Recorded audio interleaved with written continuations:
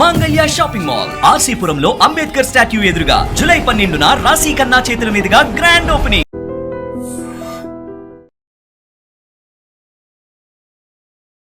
నమస్తే రమ్మగారు. నమస్తే. దివోదస్ కథలో ఉన్నాము, 4వ భాగంలో ఉన్నాము. మరి ఆ పిల్ల ఏమైంది? 36 మలుపులు తిరిగింది. అదే కదా, ఏమైంది? ఇప్పుడు దివోదాసు కూడా స్వర్గంలోనే ఉన్నాడు, అల్కాపూర్లోనే ఉన్నాడు కదా. అతను నడిచి వెళ్తున్నాడు కింద. వెళ్తూ ఉంటే ఏమైంది, ఈమె గుణవతి ఒక సౌధం పై భాగం నుంచి చూసేసాయని చూడంగానే చాలా సంచలనం వచ్చింది మనసులోకి. ఎంత బాగున్నాడు, మానవుడల్లే ఉన్నాడే. అక్కడి నుంచి చిత్రలేఖని కేక పెట్టింది. ఈయన చూడు ఎంతో బాగున్నాడు, ఆయన తీసుకురా, ఆయనే నా భర్త, ఈయనే నేను పెళ్లి చేసుకుంటానంటే చిత్రలేఖ ఇదేమిటమ్మా, కంటికి కనపడంగానే పెళ్లి చేసుకుంటారా ఎవరైనా? ఏదో ఒకటి తెలియాలి అతని గురించి. అంటే కాదు, ఆయన దివ్యుడుగా కనపడుతున్నాడు, అద్భుతమైన వ్యక్తిగా కనిపిస్తున్నాడు, ఆయన చేతిలో చంద్రహాసం ఉంది, వీరుడు, ఆకార విశేషాలు చాలా బాగున్నాయి, ఆయన్ని పట్టుకురా అని 100 సార్లు చెప్పింది. సరే చిత్రలేఖని నీకు, ఎందుకంటే అరిందముడు వాళ్ళ తండ్రి ఒక పెళ్లి కొడుకును కుదిర్చాడు, వాడేదో క్షుద్రపూజ చేస్తున్నాడని చెప్పింది కదా. అరిందముడు వాడిని తప్పించుకోవాలి, ముందు నాకు మానవుడితో పెళ్ళి అవ్వాలి, ఎవరైనా పర్వాలా, ఈ మానవుడినే నేను చేసుకుంటా. చిత్రలేఖ సరేనని కిందకెళ్ళింది. వెళ్ళి ఆయన్ని తీసుకొచ్చే లోపల ఆయన ఒక్కసారి ఆగండి అని ఎక్కడికో ఆకాశంలోకి ఎగిరాడు. తీరా చూస్తే ఆ ఆకాశంలో ఒక రాక్షసుడు ఒక కన్యని పట్టుకుని వెళ్తున్నాడు. ఈయన ఆ అమ్మాయి కేకలు పెడుతోంది, వదులు నన్ను రక్షించండి అని. ఈయన ఆ యోగ మార్గంలో ఎగిరి ఆ రాక్షసుడిని చంపుతానని బెదిరిస్తున్నాడు. వీళ్ళు చూశారు. ఆ రాక్షసుడు ఏం చేశాడు, హడిలిపోయి ఆయన్ని చూడంగానే ఆ అమ్మాయితో సహా ఈ గుణవతి ఉన్న మేడ మీద దిగిపోయాడు. ఆ అమ్మాయిని వదిలేసి ఆయన కాళ్ళు పట్టుకున్నాడు. ప్రభు నన్ను క్షమించు, నాకు తెలుసు నువ్వు మా అన్నయ్యని సంహరించావు, ఆయనేమో అక్కడ పడిపోయాడు, నువ్వు నీ పరాక్రమాన్ని నాకు తెలుసు, మేము ఈ అమ్మాయిని ప్రేమించాం, అదే మా అన్నయ్య ఏమో ఈ అమ్మాయిని తీసుకొచ్చాడు, నేను వాళ్ళు వెనకాల పడి వచ్చాను, చచ్చిపోయాను, ఎట్లాగో ఈ అమ్మాయి వల్లే మళ్ళీ బతికాను, ఏ రకంగా అయిందో తెలీదు, అయితే నేను మళ్ళీ నువ్వు వచ్చేసరికల్లా నేను భయపడి పారిపోయాను, ఈ యక్షకుమారులు ఇద్దరు ఈ అమ్మాయిని విమానంలో ఎక్కించుకొస్తుంటే వాళ్ళ వెనకాల పడి ఇక్కడికి వచ్చాను, ఈ అమ్మాయి ఏమో అప్సరస హేమావతి ఇంట్లో నాకు కనపడింది, ఆ పిల్లని నేను తీసుకెళ్ళిపోతున్నాను, ఈమె వాసుకి కూతురు అనంగమోహిని అని చెప్పాడు. తెలిసి అయిపోయింది ఇతనికి. ఆయనేమో సంహరిస్తానని బెదిరించేసరికల్లా కుంభుల్లో ఒకడు, నన్ను వదిలేసేయి, నేను మా అన్నయ్య దగ్గరికి వెళ్ళిపోతాను, నీ పరాక్రమం తెలుసు, మా అన్నని సంహరించావు నువ్వు, నన్ను వదిలిపెట్టేసేయమన్నాడు. వదిలిపెట్టేస్తానంటే వాడు వెళ్ళిపోయాడు రాక్షసుడు. ఈ మేడ మీద దిగినటువంటి ఈ అమ్మాయిని ఇద్దరిని చూసేసరికల్లా ఆశ్చర్యపోయారు వాళ్ళు, ఆ గుణవతి చిత్రలేఖ. అప్పుడు ఎవరు ఏమిటి అంటే ఒకళ్ళనొకళ్ళు తెలుసుకుంటే గుణవతి అన్నది, నేను నిన్ను వరించాను, నేను నిన్ను వివాహం చేసుకుంటాను, నాకు స్వయం ప్రభాదేవి ఆజ్ఞ ఇచ్చింది కాబట్టి నేను పెళ్లి చేసుకుంటానంది. అయితే ఈయన అడిగాడు, నిన్ను వరించి నిన్ను పెళ్లి చేసుకోవడానికి కోసం క్షుద్ర పూజ చేస్తున్న వాడెక్కడున్నాడు, నాకు ఆ శబర బాలుడు కావాలి. యక్షస్త్రీలు భూలోకంలో వాళ్ళని వరించడమే వింత, ఈ అమ్మాయిని అనంగమోహిని నేను రక్షించాను కాబట్టి ఆమె నాగకన్య అయినా కూడా నన్ను వరించింది, ఇప్పుడు నువ్వు నన్ను వివాహం చేసుకోవాలంటే ఈమె ఒప్పుకోవాలి, ఎందుకంటే ఆమెకు కమిట్ అయి ఉన్నానంటే నాకు అభ్యంతరం లేదన్నారు వాళ్ళు. ఇద్దరికీ అభ్యంతరాలు లేవు, సపత్ని ఉద్దేశాలు లేవు, మాకు నీలాంటి భర్త కావాలనే కోరుకుంటున్నాము, మమ్మల్ని పెళ్లి చేసుకోమన్నారు. సరే ముందు శబరబాలుని వెతికాక మీ సంగతి చూస్తాను, ఈ అనంగమోహిని కూడా నీ దగ్గరే ఉంచుకోమంటే గుణవతి ఏం చేసింది, లోపల అంతఃపురం లోపలికి తీసుకుపోయింది. ఇంక ఈవిడ ఇక్కడున్న అనంగమోహిని దివోదాసు భార్య, భూలోక చక్రవర్తి భార్యగానే చెలామణి చేయించడానికి ఒప్పుకుని తీసుకెళ్ళింది. సరే ఇతను ఎక్కడ పూజ చేస్తాడో ఆ దేవాలయం సంగతి చెప్పారు. ఈయన పోయి ఏం చేశాడు, ముందు వెనకాల దాక్కుని ఉండేసరికల్లా ఈ లోపల ఒక కుర్రాడు, ఒక యక్ష కుమారుడు ఒక పెద్ద పెట్టెని మోసుకొచ్చాడు. ఆ పెట్టె నిండా తైలం నూనె, అందులో ఆ శబరబాలుడి దేహం ఉంది. అది అక్కడ పెట్టి వాడు స్నానం చేయటానికి వెళ్ళాడు. ఈయన ఏం చేశాడు, ఆ వెనకాల నుంచి వచ్చి పెట్టెత్తి చూస్తే లోపల ఒక పిల్లాడు పడుకుని ఉన్నాడు, 12 ఏళ్లవాడు కనపడేసరికి అమ్మాయి బాగానే ఉంది, వీడు బతికే ఉన్నాడు, పిల్లాడు ఉన్నాడు, బతికి కాదు వాడి శవం ఉంది అక్కడ. ఆ పెట్టె మూసేసి ఆయన వెళ్ళి అమ్మవారి వెనకాల భైరవి విగ్రహం వెనకాల నుంచున్నాడు. ఈ లోపల ఈ యక్షకుమారుడు ఎవరైతే గుణవతిని పెళ్లి చేసుకోవాలని భావిస్తున్నాడో ఈ కుర్రాడి శవంతోటి ఏదో క్షుద్ర పూజ చేస్తే భైరవి అనుగ్రహంతో కోరిన కన్య లభిస్తుందనే పూజ మొదలు పెట్టడానికి వచ్చాడు. ఆ లోపలికి రాగానే ఈయన దివోదాసు కత్తి పుచ్చుకుని వాడి మీద పడ్డాడు. ఎన్నిసార్లు మెడ నరికినా లేచాడు వాడు. ఓహో. లేస్తూనే ఉన్నాడు. ఈయన కాస్త గట్టిగా ఇది చేసి కేకలేశాడు, ఏమిటి నువ్వు, అసలు నువ్వు ఎందుకు తెచ్చావు ఈ కుర్రాడిని అనేసరికల్లా అప్పుడు ఏం చెప్పాడంటే, నేనేమో ఒక యక్షకన్యాన్ని, నాకు వాగ్దత్త అయ్యి ఉంది, ఆమె నన్ను వివాహం చేసుకోవడానికి ఇష్టపట్టల్లా, ఆమెతో పెళ్ళి కావాలి నాకు. ఆ పెళ్లి కోసం నేనేం చేశాను, ఏ పూజ చేస్తే ఈ కాంత లభిస్తుంది అంటే భైరవి అనుగ్రహం కోసం ఈ పూజ అన్నారు. అప్పుడు నేను వెతుక్కుంటూ వెళ్ళా, ఎవరిని కాటేయని పాము ఎక్కడుందో వెతికి వెతికి వెతికి వెతికి రత్నచూడు అనే ఒక వృద్ధ సర్పాన్ని పట్టుకున్నా. ఆ సర్పము ఈ అడవుల్లో ఒక చోట పుట్టలో దాక్కుంది. నేను అప్పుడు ఏం చేశాను, అక్కడ ఆడుకుంటున్న శబరబాలుడిలో ఒకడితో స్నేహం చేశా. నేను కూడా శబరబాలుడి వేషం వేసుకుని వాడికి నేనే ఆ రత్నచూడున్న చోటు చూపించా. సర్పం ఉంది కదా, ఆ సర్పాన్ని వాడు కొట్టేలాగా చేశా. కొట్టిన తర్వాత ఏమైంది, అది చచ్చిపోయింది. సర్పం చచ్చిపోయినట్టుంది. నేను అది చచ్చిపోతే ఇప్పుడు కాటేయాలిగా మనకి, ఎవరిని కాటేయని పాము కాటేసిన కుర్రాడు కావాలి. నేను 12 ఏళ్ల కుర్రాడిని సెలెక్ట్ చేసుకుని సర్పాన్ని కూడా సెలెక్ట్ చేశాను. సర్పం చచ్చిపోతే మా పని అవ్వదు, అందుకని వాడిని, నీకు ధైర్యం ఉంటే దాన్ని తోకపుచ్చుకుని తిప్పు అని వాడిని ఎంకరేజ్ చేశా. ఆ రత్నచూడుడికి చావు లేదు, ఎందుకంటే వాడి నెత్తి మీద ఉన్న రత్నమే అలాంటిది, అది మరణాన్ని తీసేస్తుంది. ఆ రత్నమే కదా ఇప్పుడు ఇంతకుముందు చేసింది. అది దాంతో వాడు ఆ సర్పాన్ని తిప్పేసరికల్లా సర్పం వాడిని కాటేసింది. సర్పమేమో వెళ్ళిపోయింది. ఈ కాటు అందుకున్న బాలుడి శరీరాన్ని నువ్వు వచ్చేసరికల్లా, అదే వాళ్ళంతా ఆటవికులంతా వచ్చి పిల్లాన్ని తీసుకోబోయారు. ఈ లోపల నువ్వు వచ్చావు, నేను తీసుకుపోయాను, నువ్వు కూడా వస్తావు, ఇక్కడికి వచ్చావు కానీ నేను వాడిని పట్టుకెళ్ళిపోయాను, నాకు ఆ శరీరంతో పనుంది అనేసరికల్లా ఈయన చాలా గట్టిగా వాడిని దండించాడు. గుణవతి వేరే వ్యక్తిని పెళ్లి చేసుకోవాలనుకుంటుంటే ఆ కాంత నీకు కావాలన్న కోరిక ఏమిటి, ఆమెకు స్వయం ప్రభాదేవి ఆజ్ఞ ఉంది. ఈ లోపల ఎన్నిసార్లు అయినా వాడు ఇది కాలేదు, వాడు పారిపోయాడు. ఈ సందట్లో ఏమైంది, ఈ శబరకుర్రాన్ని తీసుకెళ్ళాలి కదా ఈయన, ఆ బాక్స్ కోసం చూస్తే పెట్టెతో సహా లేదు, అక్కడ పెట్టే లేదు, కుర్రాడు లేడు. ఈయన నిర్ఘాంతపోయాడు, ఇదేమిటి ఇట్లా జరిగిపోయింది, ఈ కుర్రాడి కోసం నేను అసలు దేవలోకంలోకి రాకూడదు, నేను పెట్టిన నియమమే, ఎవరి లోకంలో వాడు ఉండాలి. ఈ దేవలోకానికి వచ్చి ఇంత ప్రయత్నం చేసి ఆ పెళ్ళిళ్ళు కూడా చేసుకుని ఆ అరిందముడిని చంపి కూడా వాడు ఏమిటో చావడు, పారిపోయాడు. ఈ పిల్లాడేమైపోయాడు, పెట్టెకుతో సహా మాయమైపోయాడే. ఈయనకి విసుగు పుట్టేసింది, నా తల తీసేసుకో, నేను ఇలాగా అవమానంతో నేను వెళ్ళలేనని మెడ నరుక్కున్నాడు. ఎన్నిసార్లు మెడ నరుక్కున్నా తల అతుక్కుపోయింది. ఆయనకి అమ్మవారికి దండం పెట్టాడు, నన్ను రక్షించు, నన్ను కాపాడంటే భైరవి ప్రత్యక్షమయ్యి, నువ్వు దివోదాసు, నువ్వు మర్చిపోయావు, నువ్వు మొట్టమొదట అనంగమోహిని రక్షించినప్పుడు నీకు ఒక రత్నం లభించింది, అది నీ ఒంటి మీద ఉంది.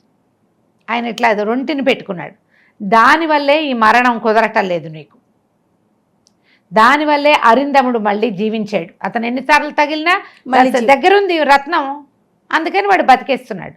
నువ్వు కూడా అంతే, ఆ శబర బాలుడు నీకు లభిస్తాడు, నీకు బోల్డంతమంది దేవకన్యలతో వివాహాలు ఉన్నాయి, నీకు లభిస్తాడు, నీ దారి నువ్వు వెళ్ళు, పర్వాలేదు, కుర్రవాడు లభిస్తాడు నీకు, వెళ్ళమని.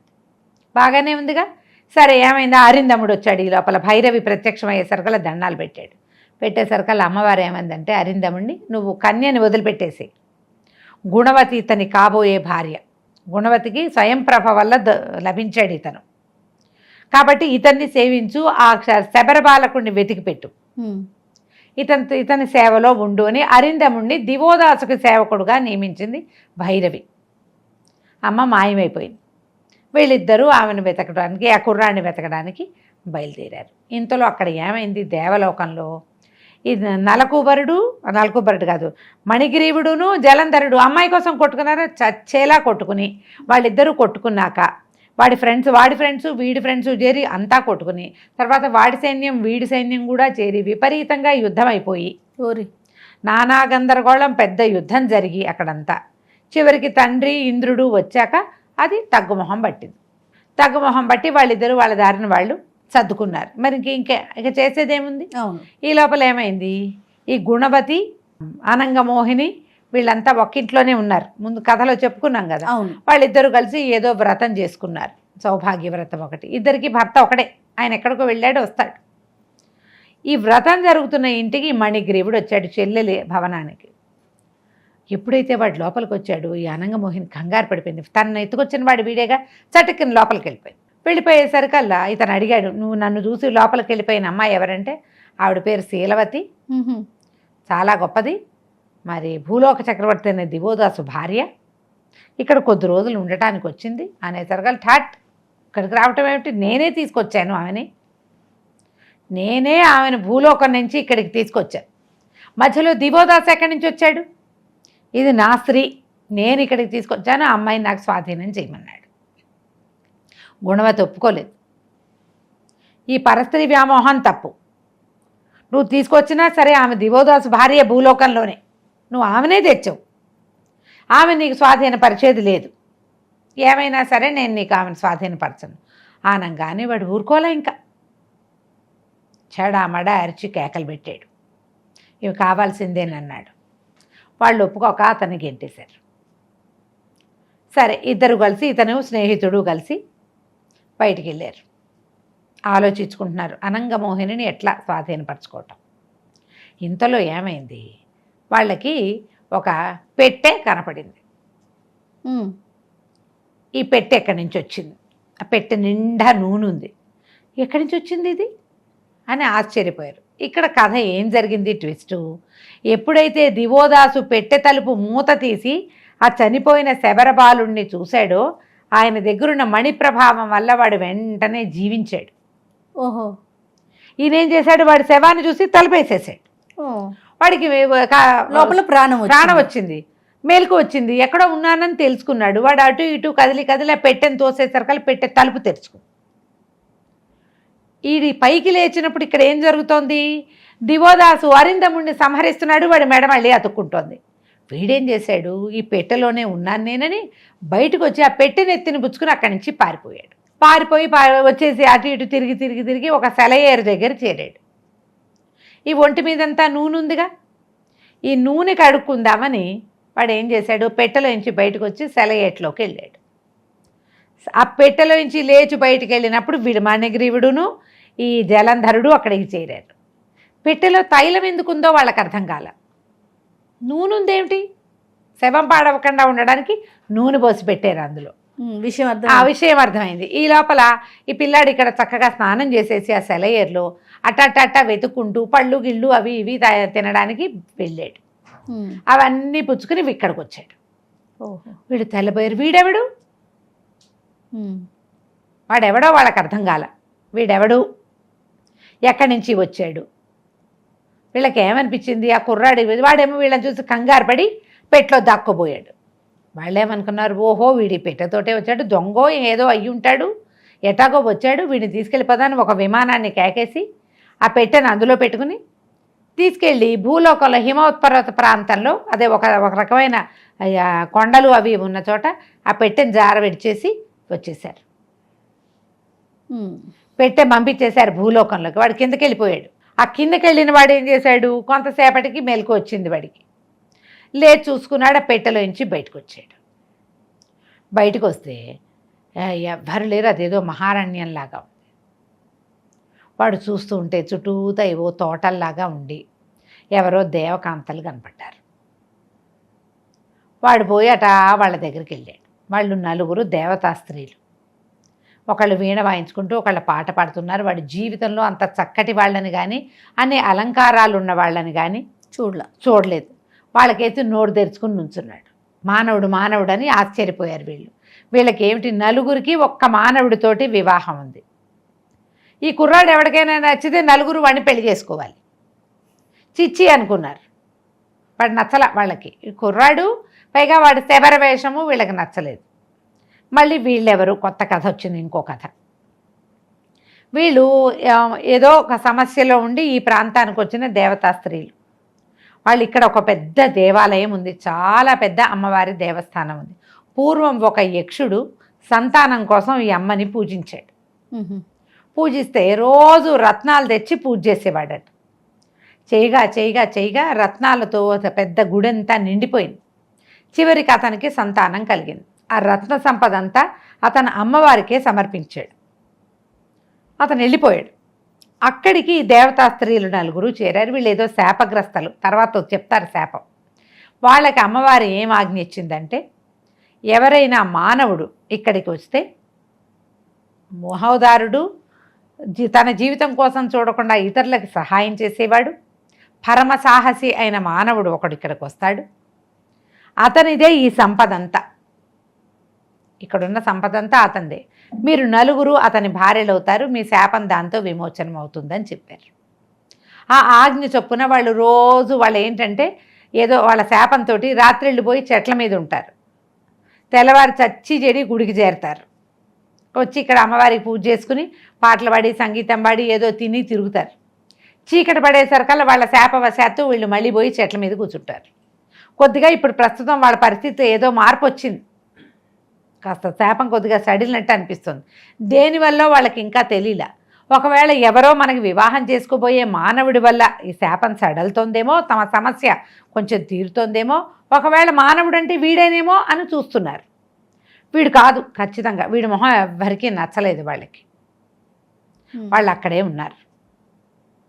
ఇప్పుడు ఎవరి వల్ల తోటి వీళ్ళకి వివాహం అవుతుంది? అలకాపురంలో ఉండవలసిన వాడు ఇక్కడెక్కడికో వచ్చేసాడు. ఈ కుర్రాన్ని వెతుకుతూ వాళ్ళిద్దరూ వస్తారా రారా? ఒకటి అరిందముడు రావాలి కుర్రాన్ని వెతుక్కుంటూ, దివోదాసు రావాలి. మళ్ళీ ఇప్పుడు గుణవతి దగ్గరున్న అనంగమోహిని దీని అన్నయ్య ఏం చేయబోతాడు? వాళ్ళు ఏం చేశారు? ఈ మణిగ్రీవుడు 4 కొంతమంది స్నేహితులను తీసుకొచ్చి చెల్లెల్ని ఆమె చెలికత్తెల్ని కొట్టి అనంగమోహిని లాక్కొచ్చేసాడు అక్కడి నుంచి. మళ్ళీ అనంగమోహిని వీళ్ళకి చిక్కింది, ఈ గంధర్వులిద్దరికి. ఇప్పుడు గంధర్వులిద్దరూ అనంగమోహిని ఏం చేస్తారు? దివోదాసు ఇక్కడికి వచ్చి ఈ శబర కుర్రాన్ని పట్టుకోగలడా? వాడు జీవించే ఉన్నాడని వీడికి తెలిసిందా, వీళ్ళకి అర్థమైందా లేదా అనేది మనం తర్వాయి భాగంలో చూద్దాం. తప్పకుండా రమ్య గారు. నమస్తే. నమస్తే. And for more videos, Please subscribe to iDream. Please subscribe to iDream. Please subscribe iDream. And please subscribe to iDream. For more videos, subscribe to iDream. please like, share and subscribe to the channel. Congratulations, iDream. subscribe to iDream. Subscribe to iDream. So subscribe to iDream Media. iDream ki iDream team andarki huge congratulations. Please subscribe iDream Media. Please subscribe to iDream. Subscribe iDream. Please subscribe to iDream. iDream అంటే నా కళల channel subscribe చేసుకున్నారు, నోరు తిరుగుతలేదు. మీరైతే గంట గుర్తు కొట్టండి. For more such videos, please subscribe to iDream. Subscribe to iDream. Please subscribe to iDream. Please subscribe iDream Media. Please do subscribe to iDream. Please subscribe to iDream Media. For best entertainment and information, please subscribe iDream. And don't forget to subscribe to iDream.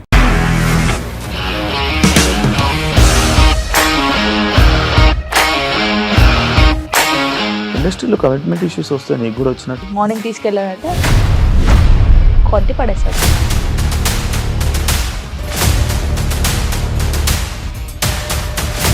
ఒక్కళ్ళు కూడా చూడలేదు ఈ cinema అని చెప్పడానికి కూడా చాలా ధైర్యం కావాలి. అది నిజం కదా, దాంట్లో ధైర్యం ఏంటి? ఇది నెక్స్ట్ డే ప్లేట్ మార్చేస్తే తప్పు కదా. As of now we are comfortable this అని నేను అనుకుంటున్నాను. రష్మిక గారిది మీది ఒకే ఊరు అంట కదా? నీకు కోపం వచ్చిందంటే బాగా తిట్టేత్తరా? తిట్టేద్దామండి. నిజంగా గేమ్ ని ఎలా చేంజ్ చేయగలిగారు? ఏపీఎస్ఎఫ్సి వాళ్ళకి 6 నెలల్లో నేను 6 లక్షలు కట్టా. బిజినెస్ చేయాలనుకుంటే it is as difficult as riding a tiger.